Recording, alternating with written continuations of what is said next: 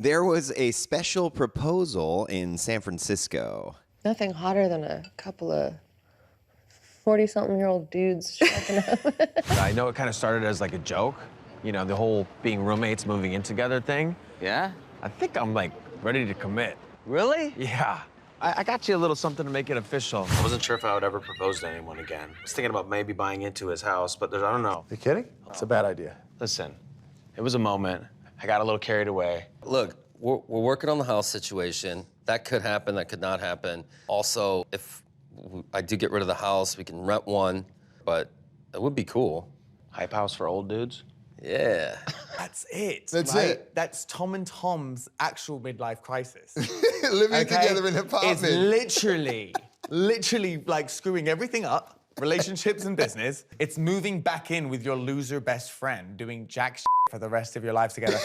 It's like Bill and Ted's up adventure. Can't say I was surprised. No. Very fitting for the time. That's a huge red flag. Yeah, roommates just seem so like 20s, Yeah. not 40s.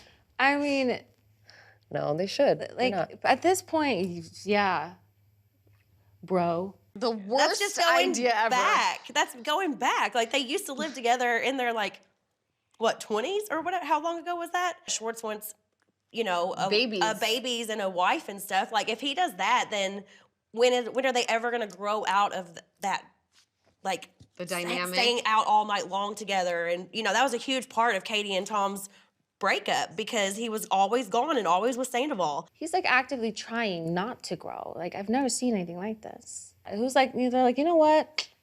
Let's go backwards. Like, The way things are going with me right now, I might need to jump in too. Oh, God, dude. Don't put that into the universe. I think they should move back to 551. Yeah. Just really full circle this moment. You should move back in. Jack should go in. We'll put a sheet curtain up in the living room, and we're just gonna do like 551 2.0. So then should we also have Ariana move in Yeah. and Jeremy Madix? Yeah, yeah, and exactly. I'm gonna have to do a hard pass on this one. If it does happen, it'll be for like a year. Yeah. And we'll build some businesses. We'll be. I just want to work. Yeah. By the way, Jax, we'll keep a room open for you. All right, I appreciate that. Yeah. I appreciate that. We'd last like two months. I might have to take you up on that. Dude. Don't say that.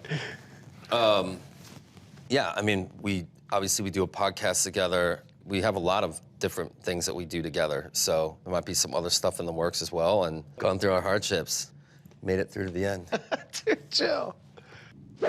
Katie, Schwartz also had a proposal for you. He has such a crush on you. It's so weird. I was thinking just like maybe one last time tonight. Me and you, one night stand. All the guys want to lay next to me and scroll. Hear me out. We're gonna order $150 minimum junk food. We're gonna scroll aimlessly. And we're not gonna talk at all. Just like we used to, that's our thing. That was like my favorite thing to do with Katie was nothing. Like sweet nothing. What is all of this? It's romance. What happened with that? She said no. Was it a hard no right away? Yes. Did she just like before you finish the sentence? Yeah. Oh, jeez. That is like too intimate. We may as well just because we never did that. That would have been out of the norm of our relationship. By the time we got to Mel's, I mean, it was kind of everything I hoped for our post-divorce relationship to be, you know? Like, loving, caring, maybe a little, like delightfully passive-aggressive. I'm in a really good mood today. Can you see it on my face? Well, I'm seeing a lot of things happening in front of me. It's like the hair. Do you like it? A little cheeky, like subtle roasts with each other. I think that's Katie's way of saying that I love you, but you also kind of drive me crazy. And I'm like, you drive me crazy too, but I love you too. Do you think he has like a degradation kink? Maybe, I don't know. There's girls on OnlyFans who like that. Like they have clients that want them to like people to be mean to them. I'm like, I feel like how he's do I get in into on it. I would be so. What if you did it anonymously and you had one customer that was like was really hardcore? And like neither one of you knew that it was the other one? I've always respect and appreciate old couples who have been apart for 10 years and they hang out, you know, they're still friends, but they bust each other's, they take little jabs here and there. Yeah. but sometimes her jabs aren't so little. She goes for the knockout punch. She always negs you, like, literally every time she sees you, like, the first thing she does is, like, neg you. But It bothers me. You look like a couch. That, like, sticks in my brain. Hi, Katie. Hi. You look fabulous. You look like a couch. Like, why do you need to say stuff like that? Yeah, If it's- you're moved on, then why do you got to give that you look like a couch? I just don't understand what, like, she gets out of those little digs. If you've moved on, like, why? Can't you just say, you know what, we're in a good place. We beat the odds of going after each other. We're kosher. But why the digs I think all on the some time? level it's performing for an audience. I think so, too. For her audience who 100% want agree to with that. see She down wants with to the Toms, Yeah, I especially agree. Tom Sandoval. And I think maybe some of it's out of questionable allegiance to Ariana. But no, that's not true. I take that back. I think it's just a facetious thing, man. Scheana, you ended up hashing things out with Sandoval at Kyle Chan's.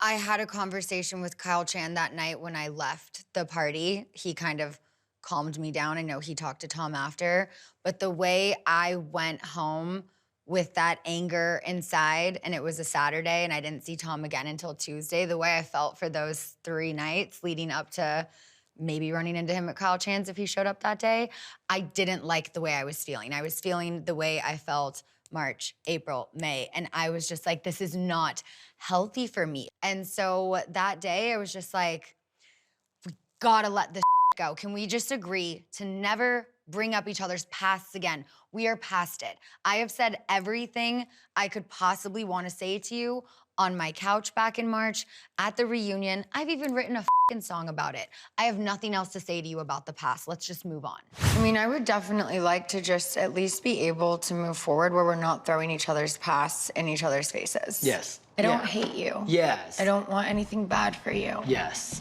It affects how I parent when I'm not the best, most calm version of myself and happy.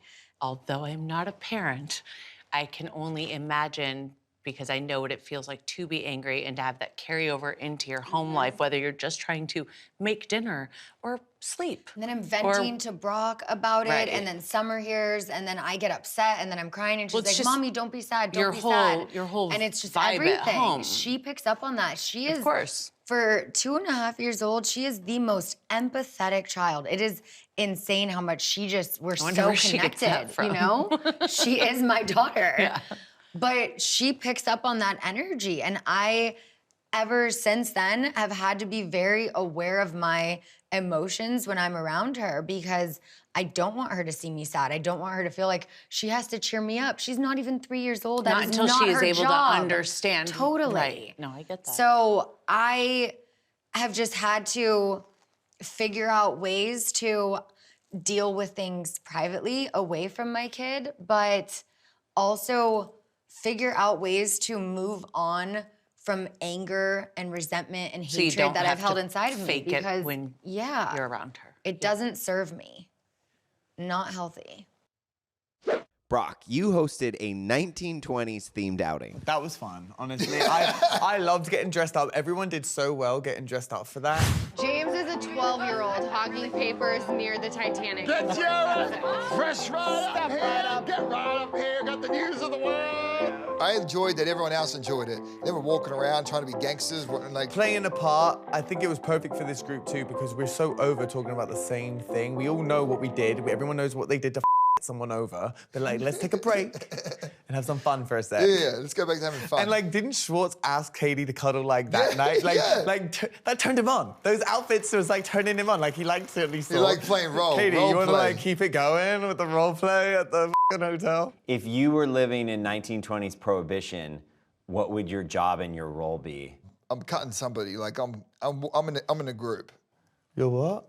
You know, like Peaky Blinders, how they had you're the top cutting hats on. I was gonna be like, I'm playing the music. I'm like the piano player in the f***ing speakeasy. Like, The hats they used to have on, they used to have razor blades in them. And so Yeah. when they fight, they would just swing their hat, and it would have a razor blade on it. It would cut people. Brock would be running like Peaky the Blinders. door at the hottest speakeasy in town, letting me in like at late hours. Like, you know, Tom and Tom would be behind the bar with the good lovin', like legendary. You know Sandoval like Sandoval, Honestly, but I'd you be- know I'd he'd have be- his like secret back door with his like never seen. mistress back there. I'm the music man in the place. Like, I don't even know what I'm doing. I'm juggling, I'm singing, I'm doing it all.